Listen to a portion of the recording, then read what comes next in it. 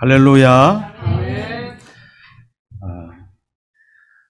예수 그리스도 안에서 함께 만나게 돼서 여기 공간에 있는 분들과 또 멀리 있는 분들에게 주 예수 그리스도 안에서 인사합니다. 할렐루야. 오늘 이 귀한 시간에 성경 말씀을 먼저 읽고 말씀을 나누고 싶습니다. 빌립보서 2장 말씀을 먼저 보겠습니다. 빌립보서 2장 5절에서 11절까지 제가 봉독하겠습니다. 여러분들 다 찾으셨으면 같이 눈으로 읽고 마음으로 읽으시기 바랍니다. 빌립보서 2장 5절에서 11절입니다. 너희 안에 이 마음을 품으라. 곧 그리스도 예수의 마음이니 그는 근본 하나님의 본체시나 하나님과 동등됨을 취할 것으로 여기지 아니하시고 오히려 자기를 비워 종의 형체를 가지사 사람들과 같이 되셨고 사람의 모양으로 나타나사 자기를 낮추시고 죽기까지 복종하셨으니 십자가에 죽으심이라. 이러므로 하나님이 그를 지극히 높여 모든 이름 위에 뛰어난 이름을 주사 하늘에 있는 자들과 땅에 있는 자들과 땅 아래에 있는 자들로 모든 무릎을 예수의 이름에 꿇게 하시고 모든 입으로 예수 그리스도를 주라 시인하여 하나님 아버지께 영광을 돌리게 하셨느니라. 아멘. 5절에 보면은요, 너희 안에 이 마음을 품으라. 곧 그리스도 예수의 마음이다. 근데 그 예수의 마음이 어떠한 마음이냐면 6절부터 나오는데 이 예수 그리스도는 그는 근본 하나님의 본체시나 즉 하나님이신데 하나님과 동등됨을 취할 것으로 여기지 않고 종의 형체를 가졌다. 근데 종의 형체를 가졌다 하기 전에 그 앞에 한 단어가 나옵니다. 그 단어가 오늘 설교의 제목입니다. 바로 자기를 비워 종의 형체를 가졌다. 그리고 어떻게 되셨냐면 사람이 되셨고 그리고 8절에 보면 십자가에 죽기까지 복종하셨다. 이렇게 말씀하고 있습니다. 여기에서 자기를 비워 이 말을 원어로 보면 이제 케노시스라고 얘기하는 거예요. 자기를 비웠다. 하나님의 본체시나 종의 형체로 갖기까지 자기를 비우셨다. 그래서 자기를 비웠다. 케노시스라고 얘기하는 거예요. 어려운 용어죠. 케노시스. 예수의 마음을 품으면은 우리의 옛성품이 지나가고 예수 그리스도의 형상이 우리 안에 만들어지는데 그 예수 그리스도의 모습 가운데 자기를 비우는 모습을 담게 된다. 그래서 이 마음을 품어라 이렇게 말씀한 거예요. 근데 우리 국내외에 있는 외국에 있는 우리 형제 자매들에게도 오늘 좀 딱딱한 보리밥과 같은 내용을 먼저 좀 말씀을 드리고 싶어요. 우리 평소에는 송희원 목사님의 쌀밥과 고깃국을 드셨다면 오늘은 좀 딱딱한 보리밥과 같은 그러한 그 식사가 될 수도 있는데 이 빌립보서 2장에 있는 이 마음을 품으라. 케노시스의 마음을 품으라. 이 말을 사도 바울이라는 하나님께서 세우신 종이 하나님의 영감을 받아서 기록을 하고 단어를 통해서 하나님의 말씀을 표현한 거예요. 근데 이 사도 바울은 누구냐면요, 이스라엘 사람이에요. 이스라엘 사람은 어떤 사람이냐면요, 이 철저히 히브리어로 이스라엘의 그 많은 역사들을 공부하는 사람이에요. 그래서 한마디로 얘기하면 구약에 있는 그 많은 용어들을 다 암기하고 있는 사람들이에요. 특별히 사도 바울은 구약에 있는 많은 단어들을 암기하고 있는 사람이었어요. 그래서 우리가 성령의 도움을 받고 신약 성경 바울이 쓴 글을 읽을 때 이 구약의 내용과 연결해서 읽지 않으면은 이해되어지지 않는 내용들이 좀 많이 있습니다. 그래서 여러분들이 신약 성경을 읽을 때는 기도도 하고 성령의 도움도 받아야 되겠고, 또 구약하고도 같이 연결지어서 성경 공부도 하는 것도 필요해요. 그래야 진짜 진리를 많이 깨달을 수가 있습니다.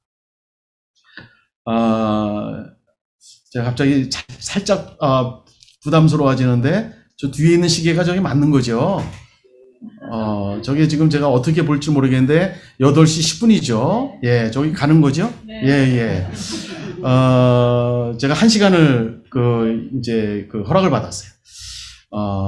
자, 그러면 이제 불안 요소는 잠재웠고요. 자, 계속해서 말씀을 나누겠습니다. 이 하나님의 말씀을 그렇게 우리가 해석을 받아야 되는데, 오늘 여러분, 이 마음을 품으라, 자기를 비우라, 이 말씀을 캐노시스라, 이렇게 얘기를 했어요. 이 말씀이 구약과 관계가 있다 그랬어요. 그러면 이 유대인들, 이스라엘 사람들이 이 말씀을 어떻게 캐노시스, 자기를 비우는 거를 어떻게 해서 이 말씀이 유대인들, 이스라엘의 사람들의 언어가 됐을까? 캐노시스라는 말이, 자기를 비운다라는 말이. 유대인들, 이스라엘 백성들은요, 보통 언제부터 시작이 됐냐 그러면은 아브라함 때부터 이스라엘 민족이 시작됐다. 그러면 창세기 14장 14절에 보면 이 아브라함이 데리고 있던 장정들이 몇 명이었냐면 318명이었어요. 그래서 자기 조카를 구하러 갈 때 자기 집에서 있는 장정들을 318명을 데리고 왔어요. 그리고 여러분, 지금으로부터 6,000년 전에 318명을 집에서 거느릴 정도면, 장정을, 그러면 그들의 아내, 그들의 자녀들 하면 2,000명이 넘는 사람. 지금으로 말하면 대기업과 같은 거예요. 그 이스라엘의 시작인 아브라함은 굉장히 부유한 집안에서 이스라엘 민족이 시작이 됐어요. 그 아들들, 자녀들이 쭉쭉 이어져 나오면서 최고의 번성을 누리던 시대가 다윗 왕국 시대, 솔로몬 왕국 시대. 그래서 그때는요, 지중해 전체의 국가들의 모든 화폐와 모든 무역의 모든 부를 이스라엘이 장악을 하고 있었어요. 인류의 최초의 화폐를 누가 만들었느냐? 최초의 돈을 누가 만들었느냐? 유대인이 만들었어요. 우리가 쓰는 여러분 신용카드 누가 만들었느냐? 유대인들이 만들었어요. 지금까지도 세계에 금융을 쥐고 있어요. 이 유대인들이 가장 번성하던 다윗과 솔로몬의 시대, 너무 영광스러운 시대였어요. 그랬는데 이 이스라엘의 왕조가 타락해가지고 하나님이 이들을 바벨론 국가의 포로로 잡혀가게 했어요. 그리고 이들이 그렇게 섬겼던 예루살렘 성전이 다 무너졌어요. 국가가 망했어요. 여러분, 바벨론 포로로 자기의 나라를 떠나서 바벨론이라는 나라의 종으로 팔려간 거예요. 종으로 끌려간 거예요. 얼마나 많은 여성들이 강간을 당했겠어요. 얼마나 많은 아이들이 얼마나 많은 고통을 받겠어요. 얼마나 많은 남자들도 비참한 생활을 했어요. 그래서 그 시대에 하나님의 선지자 예레미야는 눈물의 선지자라고 얘기해요. 유대인들이 너무나 호화로운 이 삶을 살다가, 너무나 행복한 삶을 살다가 바벨론이라는 철통 같은 통치에 끌려가서 종과 종살이의 삶을 사는 거예요. 언어도 안 통해서 얼마나 답답한지 모르겠어요. 바벨론 포로로 잡혀간 이 이스라엘 사람들은 이제까지 아브라함의 하나님, 이삭의 하나님, 야곱의 하나님 가지고는 이 바벨론에서 비참한 자기들의 삶을 어떻게 하나님이 이럴 수 있느냐라고 해석을 할 수가 없는 거예요. 그래서 그 비참한 이스라엘의 삶을 살아가고 있는 어린아이들, 여성들의 삶을 보면서 이스라엘은 랍비들이 다시 성경을 연구하기 시작했어요. 도대체 하나님은 어떤 하나님이시길래, 다윗의 하나님 우리의 하나님이셨어요. 솔로몬의 하나님 우리의 하나님이셨어요. 아브라함의 하나님 우리의 하나님이셨어요. 그런데 이 바벨론 포로에 가서 도대체 이렇게 비참한 삶을 살게 돼요. 우리 언어도 아니고 우리의 고국도 아니고 그 가정에서 팔려가서 노예로 시키면 시키는 대로 다 해야 되고 비굴함을 받고 비참한 삶을 사는데 하나님이 도대체 어디에 계시냐는 거예요.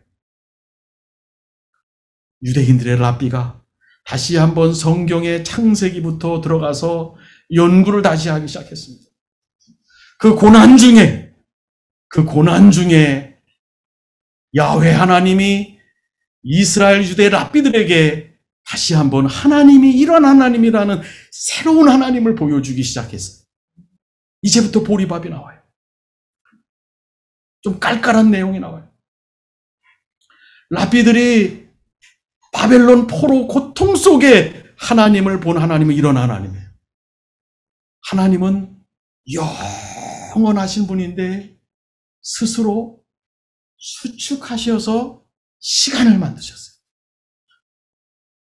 하나님은 편재하신 분이세요. 안 계신 곳이 없는 온 모든 곳에 있는 분이신데 스스로로 수축하셔서 공간을 만드셨어요.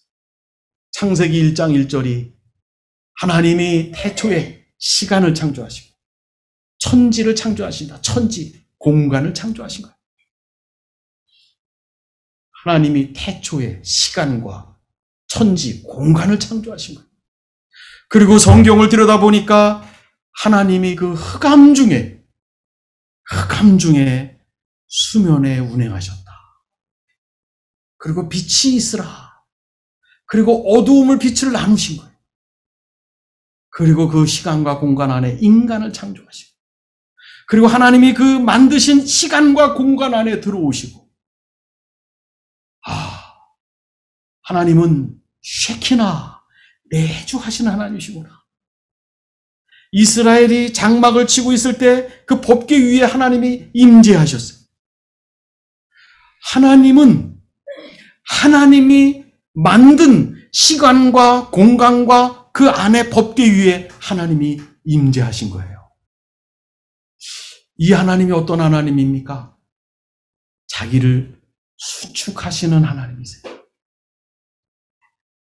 이 하나님을 보니까 이 바벨론 포로의 여성이 비참한 삶을 살게 되고 어린아이들이 비참한 삶을 살게 되는 이 고통과 고난 속에 바로 이 하나님이 함께 하시고 있는 쉐키나 하나님을, 그래서 바벨론 포로에 잡혀갔던 이 이스라엘 민족들이 고통과 고난 속에서 하나님이 함께 하신다. 이 야훼 하나님을 발견한 거예요.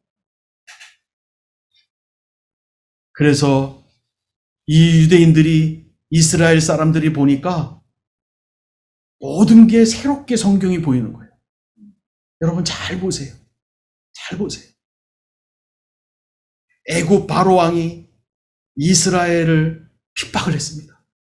그래서 아기가 나면, 아들을 낳으면 라인강에 던지라 그랬어요. 얼마나 비극적입니까?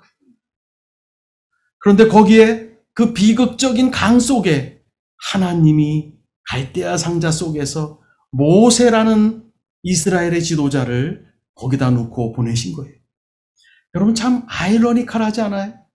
정말 이해가 안 되지 않아요? 어린아이, 사내아이가 태어나면 죽음으로 던져진 그 강 위에 모세와 같은 큰 구원을 이룰 하나님의 사람을 준비해 놓으시는 하나님.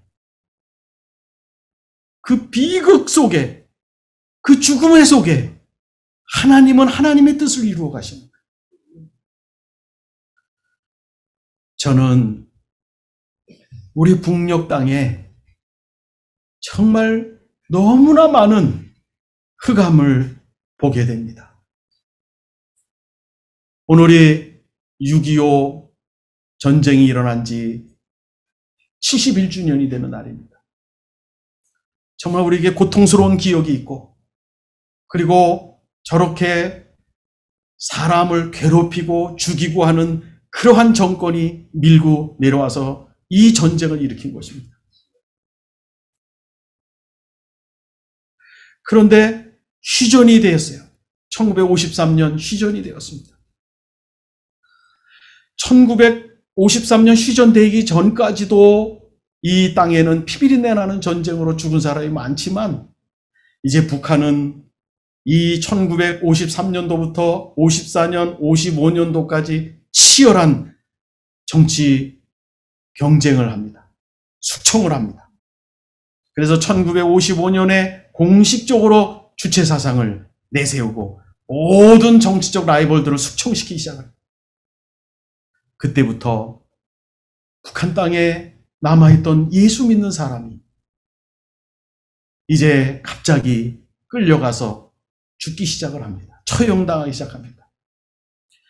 1953년도부터 2006년도까지 15,657명이 처형을 당합니다.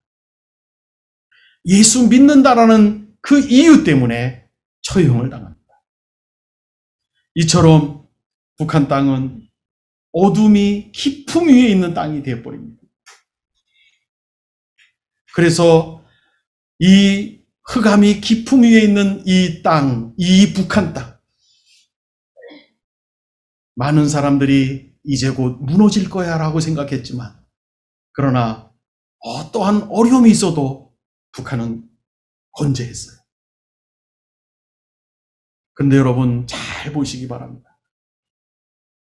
깊은 흑암 중에 있더라도 창세기의 말씀대로 하나님의 영이 수면에 운행하시니라. 이 북한 땅 위에 하나님의 영이 운행하시는 것을 하나님은 쉬시지 않는 하나님이십니다. 누구도 예측 못했던 북한 땅에 1995년도부터 98년, 99년도까지, 또 2000년도까지 북한 땅은 소위 고난의 행군이라는 엄청난 비극이 찾아오게 됩니다. 두만강, 압록강을 건넌 많은 하나님의 사람들이 있었습니다. 지금 그들이 하나님의 사람이 되어진 많은 사람들이, 북한의 형제자매들이 압록강, 두만강을 건넜습니다. 그 압록강, 두만강에 죽음의 시체들이 떠내려오는 그 강을 건넌 우리 탈북민들이 있었습니다. 그런데 그 탈북민들 중에 지금 이 땅에 들어와서 하나님의 종이 되고 교회를 세우고 이러한 북한 땅에 빛을 비추는 사역자들이 하나님이 세워준 것을 생각하면 이건 하나님의 놀라운 비극 속에서 하나님의 구속의 역사인 것입니다. 그리고 저 북녘 땅에 있는 자매들이 그 시대에 압록강, 두만강을 건너서 많은 자매들이 중국으로 가게 되었습니다. 저는 2007년도에 에딘버러 대학교에서 한참 박사 논문을 쓸 때에 2007년도에 저보고 필드 리서치라고 현장 조사를 하러 평양을 갔다 오라는 거예요.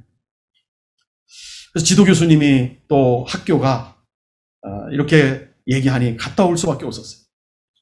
그래서 평양에 가서 필드 리서치를 하고, 그리고 우리 북녘 동포들이 그 넘었던 압록강 거기를 가서 보고, 그리고 제 일정은 푸놈펜까지 가서 다 모든 기록을 다 하고 오는 일정을 갖고 있었습니다. 평양에 가서 필드 리서치를 끝내고 심양에 가서 다시 압록강변으로 와서 거기에서 몇 사람과의 만남을 갖고 기도 초소가 있어서 기도하고, 그리고 나올 쯤에 어수룩한 밤이었어요. 그리고 차를 타는데 갑자기 제 눈 속에 뭔가 필름처럼 스쳐 지나가는 게 있는 거예요.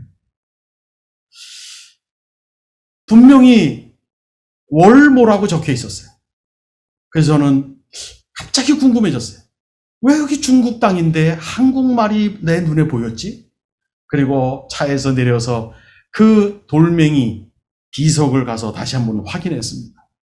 거기에는 잊지 못할 문구가 적혀 있습니다. 월경녀와 어린이 판매 금지라고 적혀 있었습니다. 이게 처음에 무슨 뜻인지 몰랐습니다. 그랬는데 국경을 넘어온 여성들과 어린이들을 판매하지 말라는 중국 공안이 세워놓은 그 돌로 된 비석이었어요. 저는 그때 뭔가 전율이 내려오는 것 같았습니다. 그때 중국에 있는 우리 조선족 친구 목사에게 전화를 걸었어요. 이러한 것을 제가 봤는데 당신 알고 있느냐? 그 친구의 말은 자기가 처속교회를 32개를 하고 있는데 자기의 처속교회에도 여러 북녘의 자매들이 있다는 거예요. 저는 2007년 1월에 그 겨울에 그 자매 한 명을 저기 심양 땅으로 오게 해서, 그리고 거기서 1박 2일 동안 그 자매와 대화를 나누고, 그리고 그 자매의 이야기를 다 듣게 되었어요. 그 자매는 삭주군에서 있는 자매였고 남편이 있고 자녀가 있었습니다. 그 자매는 먹는 것을 구하기 위해서 넘어와서 어떤 사람이 코카콜라를 주는데 그걸 먹는 순간 정신을 잃어버렸다는 거예요. 그리고 어디론가 가가지고 그는 3년 동안 자살도 기도했고, 그리고 너무 속상스러운 거는 그 한족의 그 가족이 못 사는 조선에서 왔다고 구박을 할 때가 너무 서러웠다고 합니다. 근데 저의 마음속에 가장 인상 깊었던 건 너무 해맑고 밝다라는 거예요. 우리 그 자매가 1박 2일 동안 저에게 이야기를 해주면서 오히려 제 걱정을 하는 거예요. 몸 상하지 않도록 조심하라고 저 걱정을 해주는 거예요. 저는 물었습니다. 이제 날이 밝아오니 당신이 정말 앞으로 어떻게 살 거냐? 이제 그 한족 거기에서 본인은 어쩔 수 없이 나올 수밖에 없어. 그리고 지금은 한동 인근에서 인삼을 몇 뿌리 키우고 이제 숨어 살지만 자기는 소망이 있다는 거예요. 북에 있는 남편과 아들을 데리고 중국 땅에서 와서 사는 게 소망이라는 거예요. 저는 그 자매와 이제 헤어질 시간이 되어서 심양의 기차역에서 그 자매와 헤어지는데, 그 2007년 1월에 50년 만에 중국 역사에 눈이 얼마나 오는지 모르겠어요. 하늘길도 막히고 땅길도 막히고 다 막혔어요. 다행히 단동으로 내려가는 기차에 그 자매를 태워보내고 저는 뒤돌아서면서 그 헌방 눈을 맞으면서 택시를 타고 제 숙소로 가야 되는데, 제가 태어나서 그렇게 많은 눈물을 흘려본 적이 없었던 것 같아요.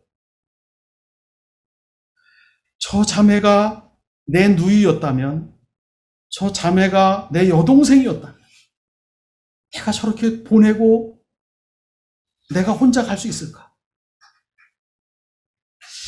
저는 그때 제 기억으로는 태어나서 그렇게 눈물을 많이 흘려본 적이 없었던 것 같아요.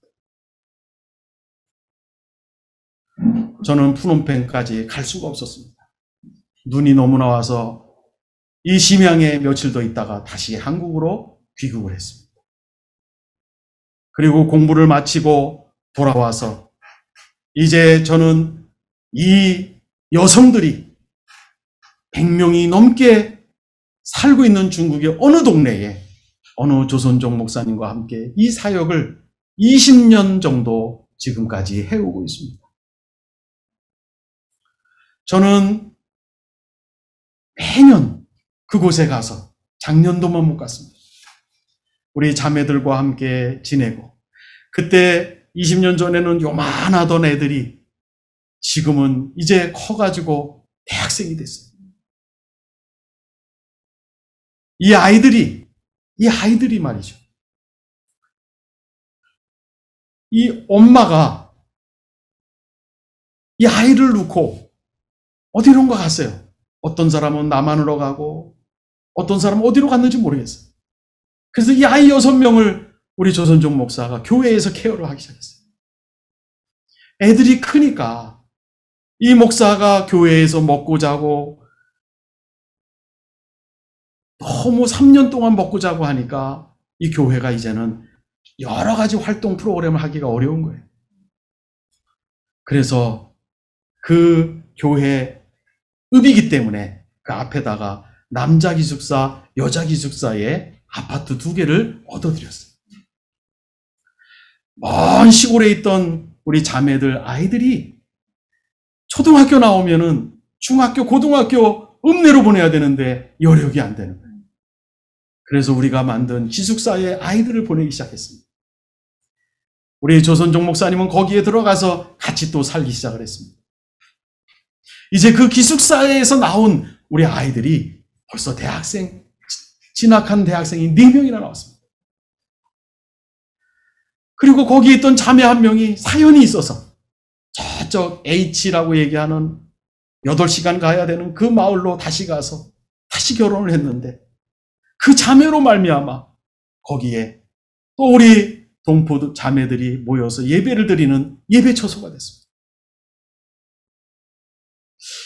저는 이렇게 하나님의 메시지를 들었어요. 정말 압록강 두만강의 그 고난의 행군 기간에 그 죽음의 시신이 떠내려오던 압록강 두만강을 건넌 많은 북한의 동포들이 때로는 한국에 와서 빛의 용사로 하나님이 구속사적 모세와처럼 인물로 세운 하나님이시기도 하시고, 때로는 저 중국 땅에 지금도 하나님을 믿고 그 속에서 태어난 아이들이 믿음 안에서 자라서 이제 저들이 대학생이 되어져.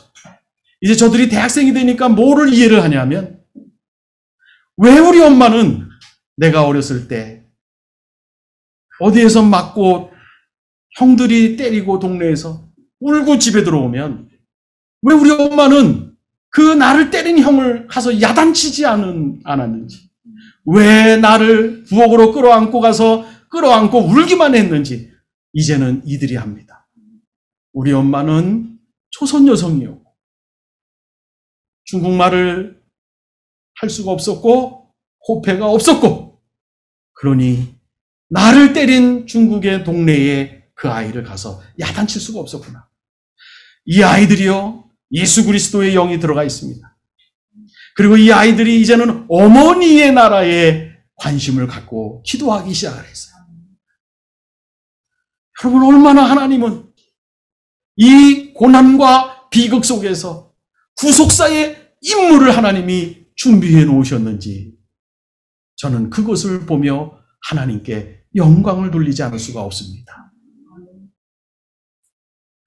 참으로 이해할 수 없는 하나님의 역사입니다. 여러분, 말씀드렸듯이 우리 이스라엘 민족이, 그렇게 잘 살던 이스라엘이 바벨론 포로로 잡혀 들어갔어요. 노예로 잡혀가서 온갖 비참한 삶을 살고 있을 때 그들이 발견한 하나님은 이 고난과 이 비참함과 이 억울함과 이 말도 안 되는 이 삶 속에 하나님이 함께 하시고 있었다. 이것을 발견한 유대인들이 바로 오늘 이 성경 말씀을 기록을 한 거예요. 즉, 우리 하나님이 어떤 하나님이십니까? 이 하나님이 우주 만물을 창조하신 하나님이 인간을 만드신 하나님이 인간이 되셨어요. 이 우리는 성육신이라고 얘기합니다. 이 자체가 하나님이 스스로를 축소하신 것이. 그리고 하나님은 그 예수 그리스도의 이름으로 이 땅에 오셔서 십자가에 죽으셨어요. 그분은 만왕의 왕이셨습니다. 그런데 그분은 스스로를 수축하셔서 종의 형체를 가지시고 십자가에 죽으신 것입니다. 바로 하나님이 스스로를 수축하셔서 십자가에 죽으신 것입니다. 자기를 비우시고 종의 형체를 가져서 십자가에 죽으신 것입니다. 그리고 이제 하나님이 어떻게 하셨습니까?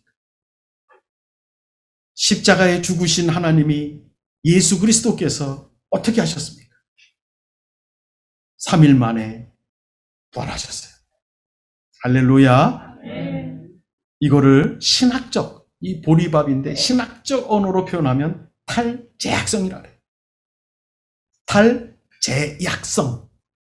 제약을, 그러니까 제한한 거를 이제 탈출한다 하는 거예요. 하나님은 자기를 수축해서 시간을 만드시고 수축해서 공간을 만드셨다 그랬어요. 그리고 그 안으로 들어오셨다 그랬어요.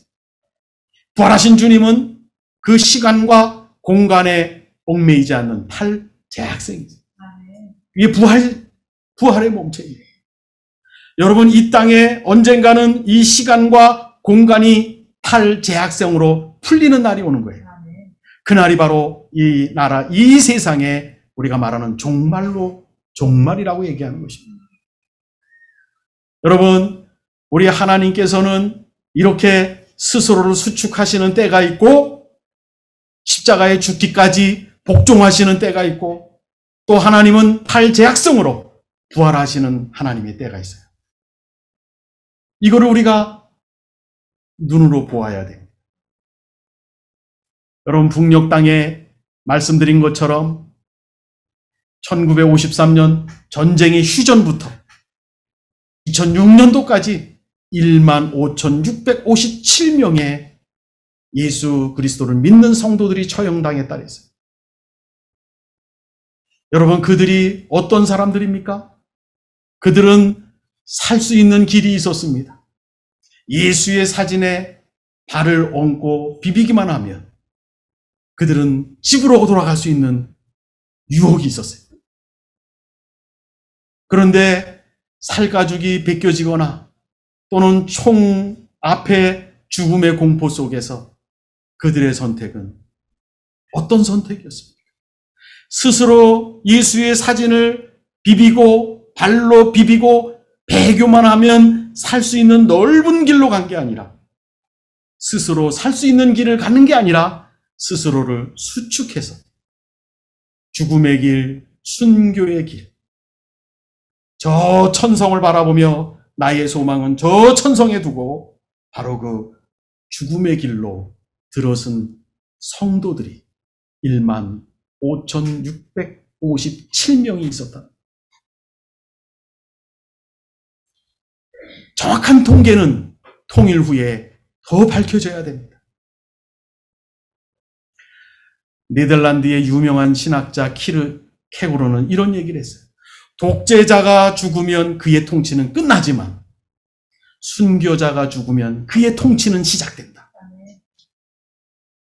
또 터툴리아는 이렇게 얘기했습니다. 순교자의 피는 교회의 씨앗이다. 이제 저 북녘 땅에는요,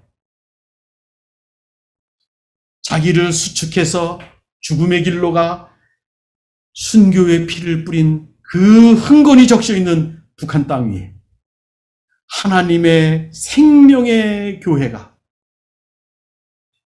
북한 땅에 수도 없이 세워질 그날을 하나님은 준비해 놓으신 줄로 믿습니다.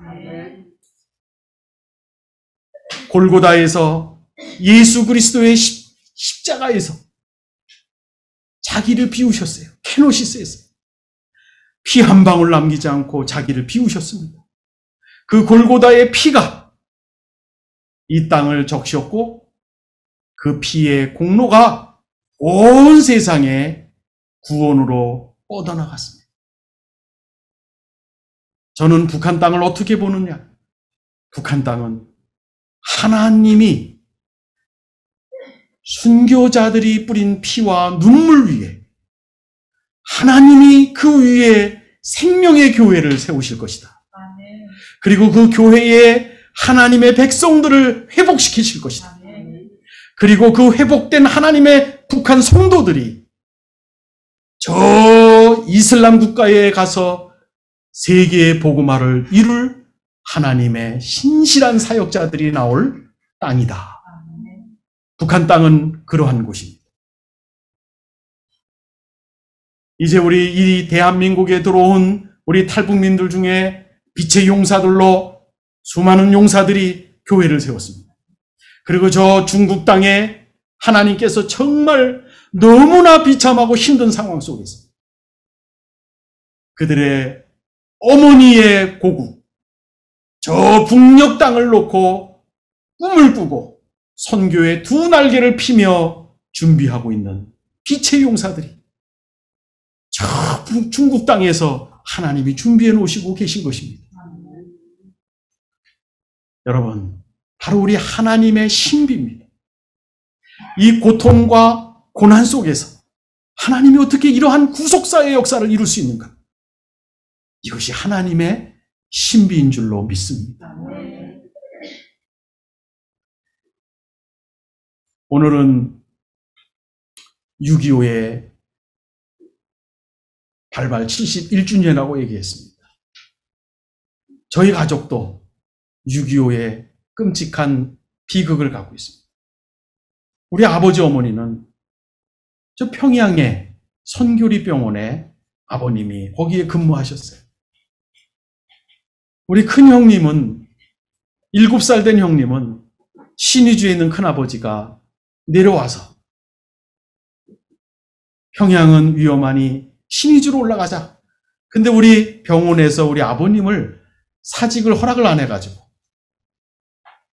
우리 큰형님만 일단 한 명만 데리고 올라갔습니다.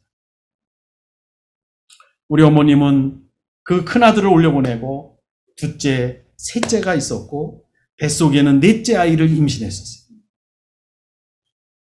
그리고 이제 병원에서 허락을 받고 이제 아버지랑 아이들과 임신한 몸을 가지고 이제 신의주로 올라가는데 중공군이 밀고 내려오는 거예요.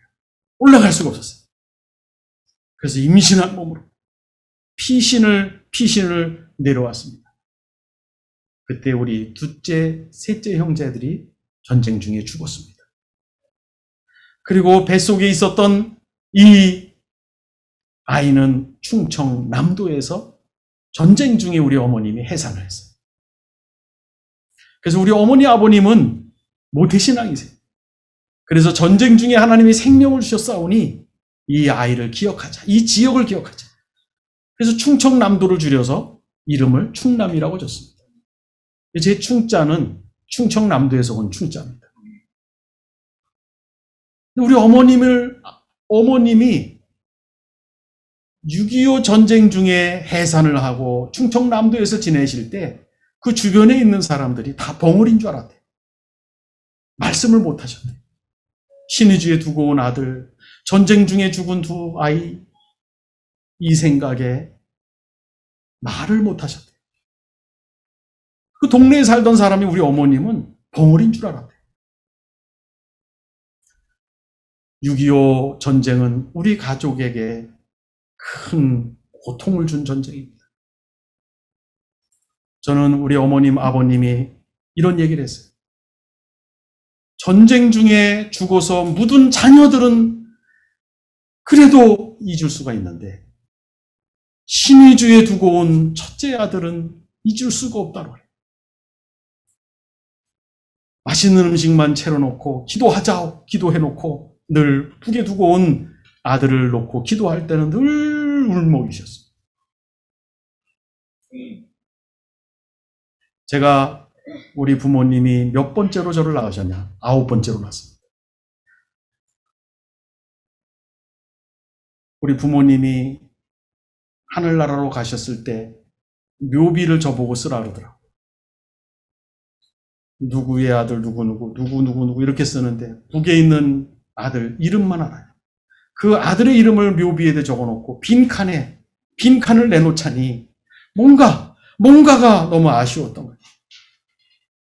통일이 돼서 우리 큰형님, 그 가족이 내려와서 아버님, 어머님의 비문을 볼 때 뭐라고 적혀 있으면 제일 좋을까? 제가 거기에 이렇게 적었습니다.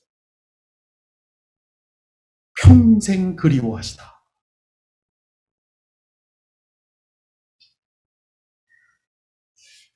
전쟁은 우리 가족에게도 지금까지도 고통의 기억을 주고 있는 전쟁입니다. 근데 여러분, 이것이 어떤 것이 중요하냐면 우리 아버님, 어머님은 눈물을 많이 흘리시고 했지만 늘 하나님과 함께 예배했어요. 그리고 그 하나님을 너무너무 사랑하고 붙들으셨어요. 한 번도 제가 성장하면서 가정 예배를 안 드린 적이 없어요.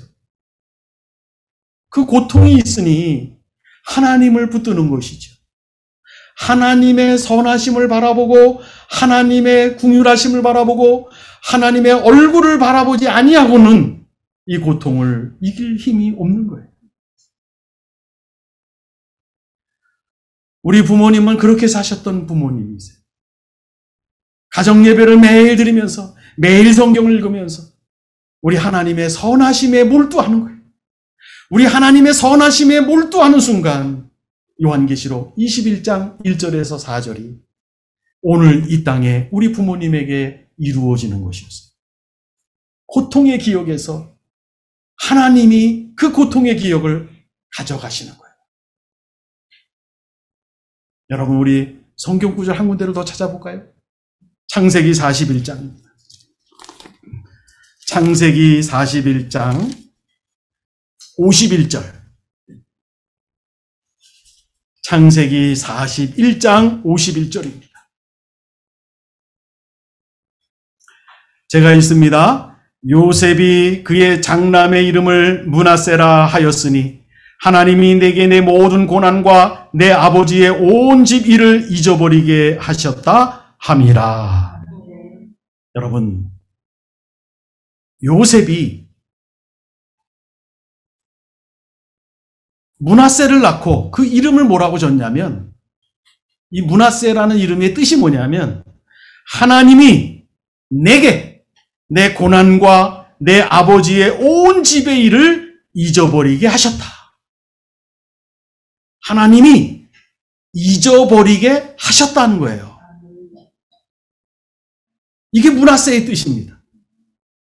여러분, 요셉은 우리 여기에 있는 분들이나 또 중국에 있는 형제자매들이 다 알다시피 요셉은 얼마나 처음에는 너무 행복하게 잘 살았어요. 어린 시절에는 너무 행복했습니다. 그런데 형제들이, 그 누구도 아닌 형제들이 자기를 죽이려고 했고 자기를 팔아넘겼어요.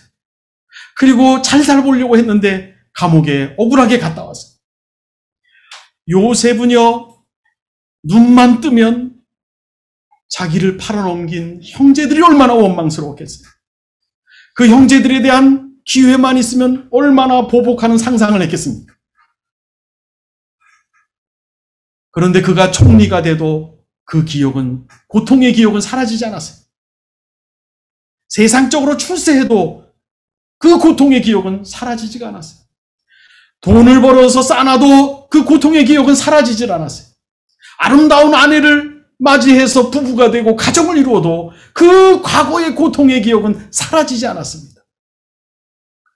아들을 낳아서 그 고통의 기억이 사라졌을까요? 아닙니다.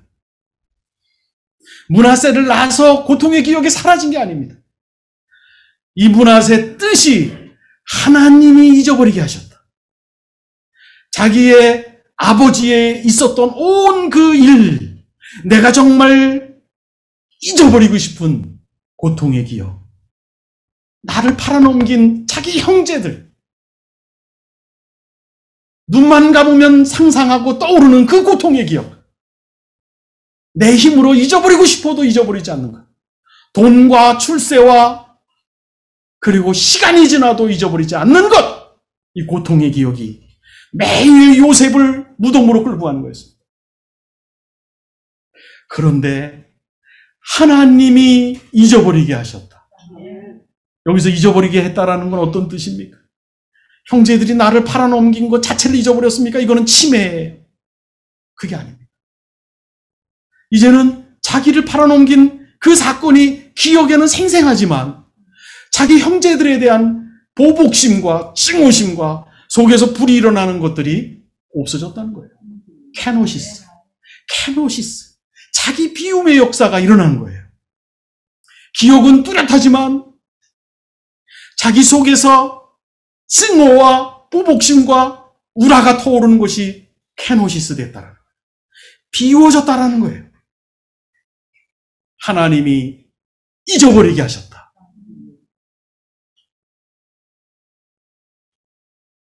자, 여기 아주 중요한 내용이 나옵니다. 하나님이 왜 자기를 비우셨을까? 하나님이 왜 우리를 자기를 비우시게끔 역사하실까? 하나님이 아들 예수 그리스도로 이 땅에 오셔서 십자가에 하나님의 형체시나 자기를 비워 왜 종의 형체를 갖고 십자가에 죽기까지 하셨을까? 왜 자기를 비우셨을까? 왜 자기를 수축하셨을까? 그것은 바로 하나님과 인간, 하나님을 배반하고 떠난 인간과 화목하게 하시기 위함이었습니다.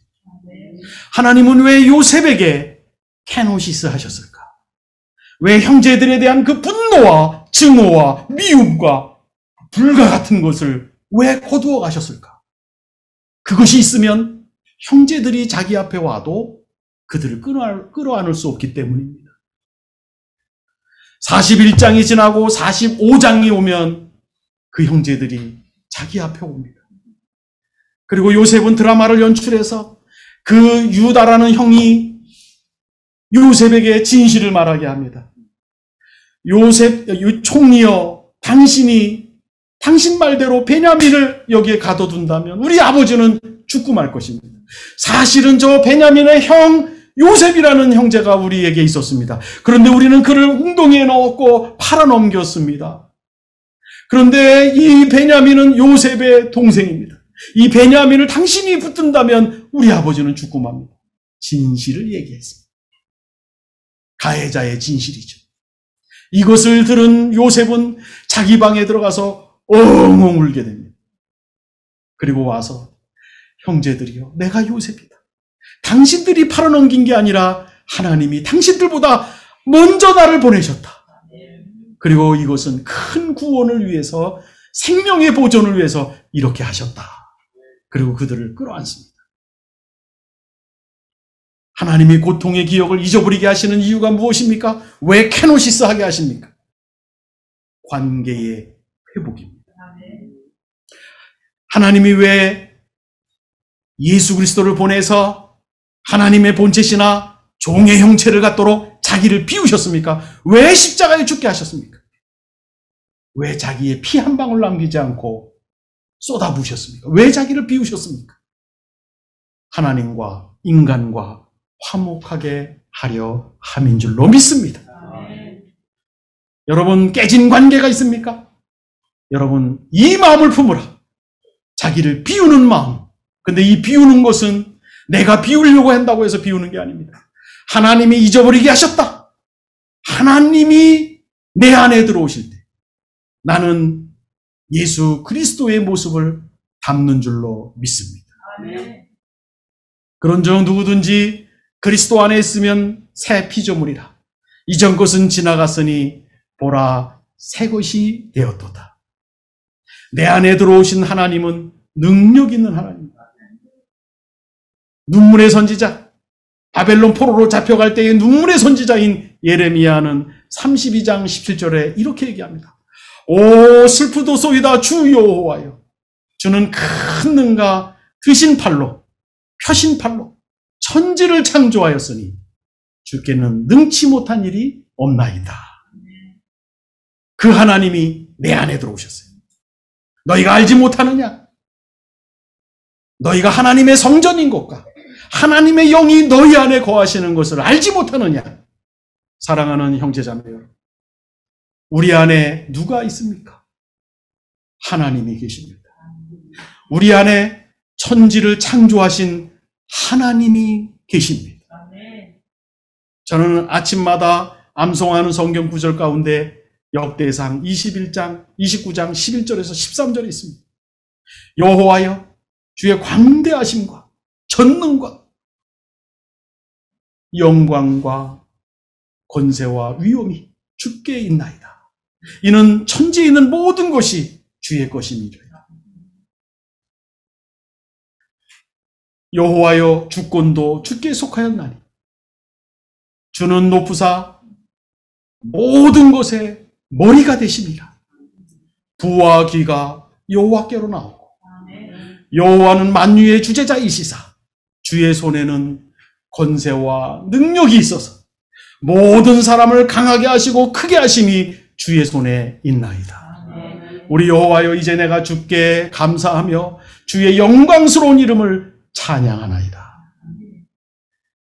우리 하나님이 바로 내 안에 들어와 계실 때 나의 마음에 과거에 잊고 싶은 고통스러운 기억도 잊게 하시고, 그리고 그 하나님은 내 안에서 전능과 위엄과 강하게 하심을 하나님이 우리를 통해서 이루어 주실 것입니다. 사랑하는 형제자매 여러분, 우리 하나님을 마음속에 모셔드린 여러분, 오늘 창세기에 있는 것처럼 여러분의 마음이 흑암중에 있더라도 하나님의 영이 그 수면 위에 운행하시는 것을 기억하시기를 바랍니다. 그리고 이 하나님께서 어두움과 빛을 나누시는 분이십니다. 우리의 죄를 우리로부터 떼어내시는 분은 하나님이십니다. 그리스도의 보혈의 피입니다. 그리고 우리의 과거의 고통의 기억으로부터 우리를 떼어내시고 잊어버리게 하시는 것은 바로 여호와 하나님이십니다. 그리고 우리로 하여금 하나님의 아름다우심과 하나님 나라의 그 풍성하심을 오늘 우리로 하여금 보게 하는 것입니다. 우리 이 땅에 있는 여러분, 우리 중국에 있는 여러분, 다시는 과거의 고통스러운 기억이 오늘 나를 무덤으로 끌고 가지 않도록 허락하지 마십시오. 우리 하나님의 그 새하늘과 새 땅, 하나님의 선하심과 하나님의 능력과 하나님이 나를 사랑하시는 그 하나님에게 눈을 띄지 마시기 바랍니다. 그럴 때 우리의 고통의 기억을 하나님이 잊어버리게 하여 주시고, 그리고 하나님의 강하심과 위대하심이 나에게 임재하시고 나의 삶을 그렇게 역사해 가실 것입니다. 하나님은 여러분이 낳은 자녀들을 정말 놀라운 빛의 용사로 하나님이 세우실 것입니다. 그리고 여러분의 고국의 저 북녘 땅에 하나님의 빛을 비추는, 하나님이 빛이 있으라 하심에 빛이 있는 것입니다. 하나님이 만드신 빛의 용사들은 저 북녘 땅을 빛으로 바꾸시도록 하나님이 쓰시는 것입니다. 사랑하는 형제자매 여러분, 하나님께서 이 놀라운 능력을 우리를 통해서 이루어 주실 줄로 믿습니다. 기도하겠습니다. 하나님 아버지, 감사합니다. 오늘 귀한 모임에 주의 말씀을 나누었습니다. 대한민국에 있는 모든 이들과 중국에 있는 우리의 형제들, 자매들, 우리 어린아이들이 하나님의 임재하심에 있음을 믿습니다. 하나님께서 저들에게 고통의 기억을 하나님이 잊어버리게 하여 주실 줄로 믿습니다. 하나님 아버지, 이 비극과 어려움 속에서 하나님은 시키나 나와 함께 하시고 내 안에 내주하고 있음을 믿습니다. 하나님 아버지, 우리의 자녀들이 저 북녘 땅에 어둠의 땅에 빛을 비추는 빛의 용사로 하나님이 세워 주시옵소서. 하나님, 이 땅에 들어온 많은 주의 빛의 용사들이 있습니다. 하나님, 그 빛이 북한 땅을 비추게 하여 주시옵소서. 하나님, 이제 하나님의 때가 되었을 때 저 북녘 동포 2,500만이 하나님을 마음껏 예배하는 때가 하나님이 허락하여 주실 줄로 믿습니다. 하나님, 저 땅에 흘린 순교자의 피 위에 교회가 무후죽순으로 세워질 줄로 믿습니다. 하나님, 저 북녘 땅에 세워질 교회가 세계 복음화의 놀라운 역사를 이룰 수 있는 하나님의 역사인 줄로 믿습니다. 하나님 아버지여, 오늘 우리가 믿음으로 그것을 보게 하여 주시기를 원합니다. 과거의 고통의 기억이 무덤으로 끌고 가는 것을 허락하지 않게 하여 주시옵소서. 하나님께서 이루실 그날, 하나님께서 이루실 비전, 하나님 우리에게 계시를 주시고 꿈을 주시고 환상을 주셔서 그날을 보게 하여 주시옵소서. 그날을 바라보게 하여 주시옵소서. 그날이 오늘이 되게 하여 주시옵소서. 그날이 오늘 내 눈에 선명하게 보여지게 하여 주시고 그것에 눈을 떼지 않게 하여 주시옵소서.